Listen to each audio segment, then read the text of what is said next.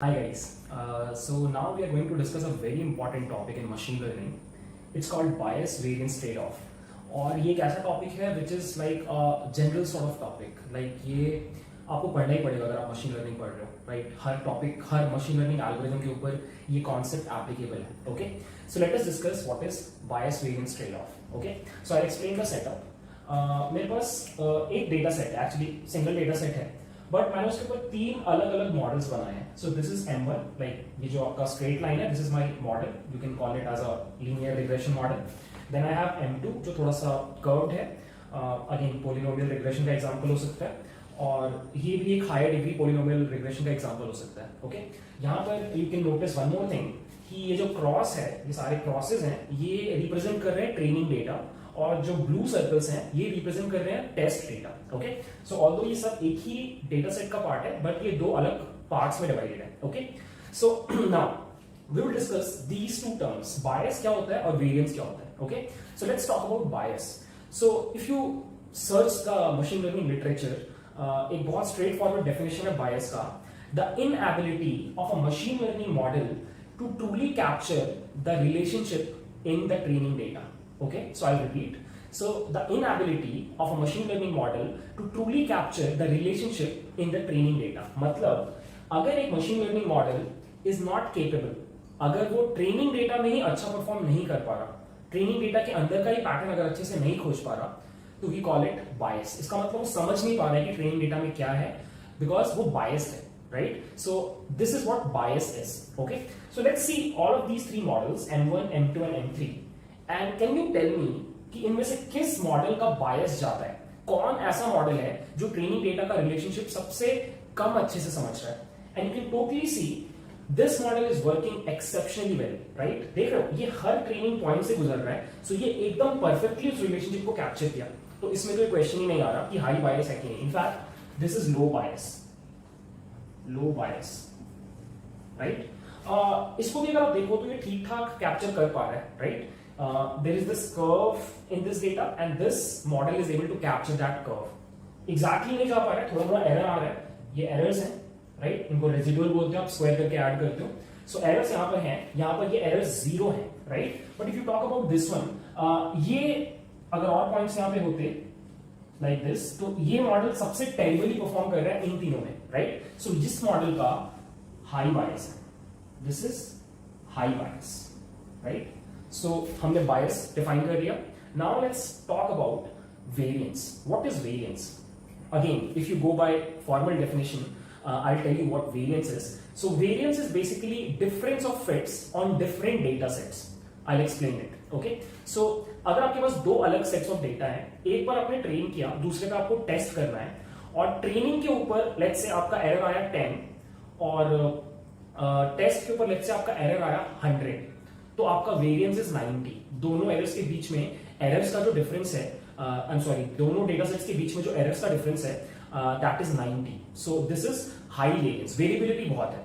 अगर आपके पास एक ऐसा मॉडल है जो ट्रेनिंग डेटा पे 10 का एरर दे रहा है और टेस्ट डेटा पे 15 का एरर दे रहा है, now this difference is only 5. Right, so यहां पर लो वेरिएबिलिटी है या लो वेरिएंस है. Okay, again let's see all of these three models and let's see कि किसमें हाई वेरिएंस है, किसमें लो वेरिएंस है. ओके, सो अगेन अगर आप इन दोनों मॉडल्स को देखो, तो सिंस ये खुद ही इतना अच्छा परफॉर्म नहीं कर रहे थे ट्रेनिंग डेटा पे, तो बायस इनका हाई था. बट यू कैन सी फिर भी they are close to the test data points, which means कि समहाउ इनका जो ट्रेनिंग एरर होगा और जो टेस्ट एरर होगा वो क्लोज होगा, विच मींस वो वेरिएबिलिटी ज्यादा नहीं है, तो वेरिएंस लो है. ओके, सो इन दोनों में ही लो वेरिएंस होगा. I write it down. Okay, but if you talk about this model, since इसका जो लॉजिक था उसने पूरा का पूरा ट्रेनिंग का रिलेशनशिप कैप्चर करने में अपना पूरा दिमाग लगा दिया, नाउ ये वाला एरर बहुत बढ़ गया है. यू नो, ये एक्चुअली ये ऐसे नहीं आएगा, ये यहां पर होगा, तो इतना डिफरेंस, इतना डिफरेंस, इतना डिफरेंस, इन सबको आप स्क्वायर करके जब ऐड करोगे तो यहाँ पे टेस्ट सेट का एरर बहुत ज्यादा आ जाएगा. क्योंकि सोच के देखो, डिफरेंस की बात कर रहे हैं, राइट. सो यहां पर जीरो है, ट्रेनिंग में इट्स जीरो और टेस्ट में इट्स वेरी हाई, तो जो डिफरेंस है बहुत ज्यादा आएगा. सो this is a high variance model. High variance model, right. Now I'll talk about two more terms. Okay, so the first term is overfitting and the second term is underfitting. ये बहुत famous terms हैं और I guess आपने कभी ना कभी सुना भी होगा. I quickly define them. So underfitting, overfitting क्या होता है? जब आपका कोई machine learning model training data पे बहुत अच्छा काम करता है लेकिन टेस्ट डेटा पे अच्छा काम नहीं करता, मतलब उसका training error is extremely low but the test error is high. So the difference is very high between these two errors, basically this model. So this is a clear cut case of overfitting. This is overfitting, right? Let's talk about underfitting. So if there is a machine learning model जो training data में ही ठीक से relationship capture नहीं कर पा रहा, right? उस तरह के मॉडल को हम बोलते हैं underfitting. This one is a case of underfitting, right? इसको आप एक ऐसे स्टूडेंट की तरह समझ सकते हो जो एग्जाम में रट करके गया, राइट? उसने हर चीज बाय हार्ट रट लिया, लॉजिक समझने का ट्राई नहीं किया.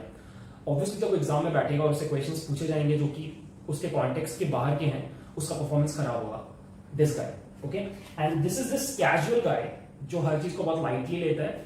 तो इसने पढ़ाई नहीं की एक रात पहले, तो इसको कुछ नहीं आता, राइट? तो ऑब्वियसली इसका एग्जाम में भी परफॉर्मेंस खराब होगा और इसका ऑब्वियसली इसने पढ़ाई भी नहीं की तो वो परफॉर्मेंस भी खराब है, right? So you don't have to be this guy and you don't have to be this guy also, okay? So in a way मैं आपको ये बोल रहा हूं कि you have to go for low bias and low variance.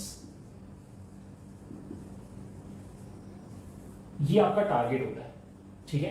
So you can see यहां पर इन तीन केसेस में लो बायस इसके पास है और लो वेरिएंस काइंड ऑफ इसके पास भी है और इसके पास भी है. अगर हम ऐसा अज्यूम कर ले कि डेटा ऐसा है कि इसका लो वेरिएंस इससे ज्यादा है, मतलब इसमें कम वेरिएंस है इसके कंपैरिजन में, तो यू कुड से कि लो बायस इसके पास है, लो वेरिएंस इसके पास है. बट आप क्या करोगे? आप इसको एलिमिनेट करोगे बिकॉज ऑफ दिस फैक्टर, क्योंकि यहां पे हाई वेरिएंस है, और आप इसको एलिमिनेट करोगे बिकॉज ऑफ दिस फैक्टर, क्योंकि इसके पास हाई बायस है. तो आपके पास बचा सिर्फ एक मॉडल जो दोनों में से किसी भी चीज में अच्छा नहीं था बट वो दोनों में से किसी भी चीज में खराब भी नहीं था, right? And this is what we call bias variance trade off. कभी कभी आप क्या करते हो, थोड़ा सा बायस को जाने देते हो, राइट? आप थोड़ा सा हाई बायस रखते हो सो दैट आपका वेरिएंस लो रहे, right? So you have to find out this sweet spot in between. This model is actually a very simple model, to be honest. This is a very simplistic model. So you find a sweet spot between a very simple model which underfits and a very complex model which overfits, and you have to find a sweet spot in between. और यही machine learning में बहुत important होता है. और ये करने के तीन सबसे फेमस, सबसे इंपॉर्टेंट तरीके यहाँ पे लिखे हुए हैं: रेगुलराइजेशन, बैगिंग एंड बूस्टिंग, जो हम लोग आगे डिटेल में पढ़ेंगे. Okay, so I hope guys this video is clear. Thanks for watching.